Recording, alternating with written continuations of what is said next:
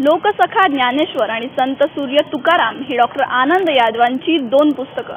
मात्र या दोन्ही पुस्तकांमध्ये संत तुकाराम महाराज आणि संत ज्ञानेश्वर महाराज यांच्याबद्दल अनेक कल्पोकल्पित आणि खोट्या गोष्टी लिहिल्या गेल्याचा आरोप संत तुकाराम महाराजांचे वंशज असलेल्या जयसिंग मोरे यांनी केला होता। आणि यावरच दाखल झालेल्या याचिकेवर आदेश देताना न्यायालयानं या दोन्ही पुस्तकांच्या प्रती फाडून फेकून टाकण्याबरोबरच लेखक आणि प्रकाशक या दोघांनाही दंड ठोठावलाय। मराठी साहित्य क्षेत्रातली बहुधा ही पहिलीच घटना असेल।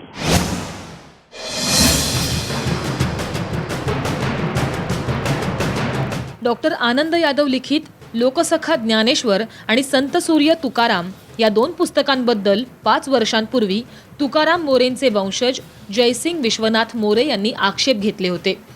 या संदर्भात त्यांनी पुणे जिल्हा न्यायालयात याचिका दाखल केली होती। यादव यांनी संत तुकाराम महाराज आणि संत ज्ञानेश्वर महाराजांविषयी या पुस्तकात खोट्या, कपोलकल्पित, बनावट आणि बदनामीकारक कहाण्या जाणून बुजून लिहिल्या असल्याचा आक्षेप मोरे यांनी घेतला होता। या पुस्तकावर बंदी आणण्याची मागणीही त्यांनी त्यावेळी केली होती। मात्र संत सूर्य तुकाराम ही संशोधनपूर्वक सिद्ध केलेली वास्तववादी चरित्रात्मक कादंबरी आहे असा दावा यादव यांनी केला होता। हे प्रकरण त्यावेळी न्यायालयातही गेलं आणि आता 5 वर्षांनंतर न्यायालयानं लेखक आणि प्रकाशक या दोघांनाही दोषी ठरवत प्रत्येकी 20,000 रुपयांचा दंड ठोठावलाय। इतकंच नाही तर या पुस्तकांच्या प्रती नष्ट करण्याचे आदेशही न्यायालयानं दिले आहेत। यादव लिखित जी पुस्तकं आहेत त्याच्यावर बंदी घालण्याचे आदेश न्यायालयानं दिलेले आहेत। ज्यांनी या सर्व संदर्भात याचिका केली होती ते याचिकाकर्ते आता आपल्याबरोबर आहेत। आपण त्यांच्याशी बोलणार आहोत। काय नक्की याचिका होती आणि कोणत्या नेमक्या गोष्टींवर त्यांचा आक्षेप आहे? सर, काय सांगाल, कधी याचिका ही दाखल केली होती आणि कोणत्या गोष्टींवर तुमचा आक्षेप? 2009 साली दोन्ही याचिका दाखल केली।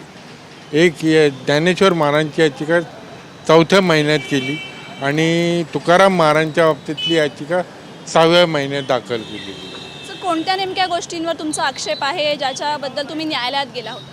हे जे लेखन केलेले हेच आम्हाला मुळात पसंत नाही आहे। इतका अश्लील आणि बदनामीकारक लेखन आजपर्यंत कुठल्याही लेखकाने वगैरे केलेलं नाही। आम्हाला कुठलाही त्याचा आधारही मिळत नाही आणि दिसूनही येत नाही। या माणसाने कुठला आधार घेतला, कुठले पुरावे घेतले आणि त्या आधारे हे काल्पनिक पात्र वगैरे रंगवून हे जे प्रकरण केलं त्यांनी म्हणजे लेखनाचं, ह्याचा आधारच आम्हाला कळायला तयार नाही। प्रकाशक या सगळ्या संदर्भात न्यायालयात याचिका करणार आहेत, पुढे सुद्धा जबाब मागणार आहेत। तुमचा काय याच्यानंतरचा स्टँड आहे? आम्ही त्यांना जी शिक्षा ज्या प्रमाणात बदनामी झालेली त्या प्रमाणात न्यायालयाने त्यांना शिक्षाही फरावलेली नाही आणि दंडही केलेला नाही।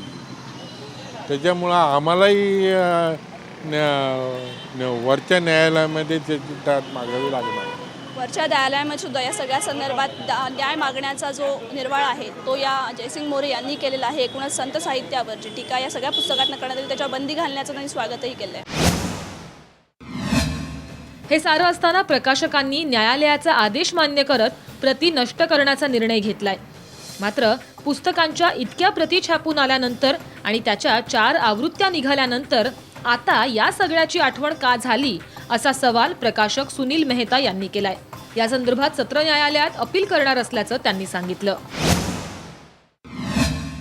अपील सेशन कोर्टात आम्ही नक्की करू। ह्याचं कारण असं आहे की पुस्तकांच्या नावात जर तुम्ही बघितलं तर यादव सरांनी की कुणाला दुखवण्यासाठी ती पुस्तकं लिहिलेत असं मला वाटत नाही। ठीक आहे, एखादं वाक्य इकडं तिकडे झालं असण्याची शक्यता आहे, मी असं नाकारणार नाही। कारण आता सेशन आपलं कोर्टाने जर हा निर्णय दिला असेल तर I have to accept it की बाबा त्यात आक्षेपार्ह आहे। तर आक्षेपार्ह असेल तर त्या पुस्तकांच्या नावापासूनच ते सगळं चालू होतं। आणि एखादा लेखक ज्यावेळी एखादं पुस्तक लिहितो आणि एवढ्या वर्ष ही व्यक्ती पुस्तकं लिहित असताना, एवढी प्रसिद्ध व्यक्ती ही पुस्तकं जनतेत देत असताना त्याला आपल्या मर्यादा कळतात। आणि एखाद्या साहित्य कृतीबद्दल लेखक आणि प्रकाशक या दोघांनाही दंड ठोठावला जाण्याची ही मराठी साहित्य विश्वातली बहुधा पहिलीच वेळ असावी। न्यायालयाच्या या निर्णयामुळे साहित्य वर्तुळात खळबळ उडाली आहे। सर्वप्रथम आपण लोकशाहीवादी आहोत, न्यायव्यवस्था मानणारे आहोत. त्यामुळं सर्वप्रथम न्यायालयाने जो काही निकाल दिलेला आहे त्याचा आपण आदर केला पाहिजे, तो मान्य केला पाहिजे आणि त्या संदर्भात काही आपले अनुकूल प्रतिकूल मतं असतील तर वरच्या न्यायालयात जायला पाहिजे. दुसरा मुद्दा असा आहे की संत तुकाराम हे महाराष्ट्रातलं देशातल्या सगळ्या पुरोगामी क्रांतिकारी लोकांचं आराध्य दैवत आहे की ज्यांच्या अभंगाने समाज बदललेला आहे, माणूस बदलून टाकलेला आहे. अशा एका महान क्रांतिकारी संताबद्दल लिहिताना प्रत्येकाने विचार करायला पाहिजे. डिसिजन आल्यानंतर मला आश्चर्यच वाटलं की लेखक आणि संत यांचं जे साहित्य आहे हे नॉन साहित्यिक लोकांनी त्याच्या संबंधी निर्णय द्यावे हे मला थोडंसं आश्चर्य वाटतं. कारण तसे खटले झालेले आहेत, मर्ढेकरांच्यावर झालेले आहेत, श्यामा कादंबरीवर झालेले आहेत, असे सगळे खटले चालू ते सगळे जिंकलेले आहेत. परंतु ज्ञानेश्वर आणि तुकारामाच्या बाबतीत हे घेतलेले आहेत ते पर्सनली मला पटलं नाही असं मला वाटतं. मुळातून एक लेखक म्हणून पहिली प्रतिक्रिया साहजिकच दुःखाची आहे. कारण की शब्दांचीच रत्न आणि धन मानणाऱ्या कुठल्याही लेखकाला कुठल्याही पुस्तकावर कोणत्याही कारणाने बंदी येणं ही घटना दुःखद आणि वेदना देणारीच असते. ही पहिली प्रतिक्रिया अर्थातच. त्यामुळे दुःख तर आहेच या घटनेचं. पण त्याचबरोबर एक सजग नागरिक म्हणून न्यायसंस्था आणि न्यायालय यांचा निर्णय स्वीकारणं अटळ आहे. या खटल्याच्या सुनावणी दरम्यान न्यायालयानं डॉक्टर आनंद यादव आणि सुनील मेहता यांना पुस्तकातल्या मजकुराची पुष्टी करणारे पुरावे सादर करण्याचे आदेश दिले होते. मात्र त्यांना कोणतेही पुरावे सादर करता आले नाहीत.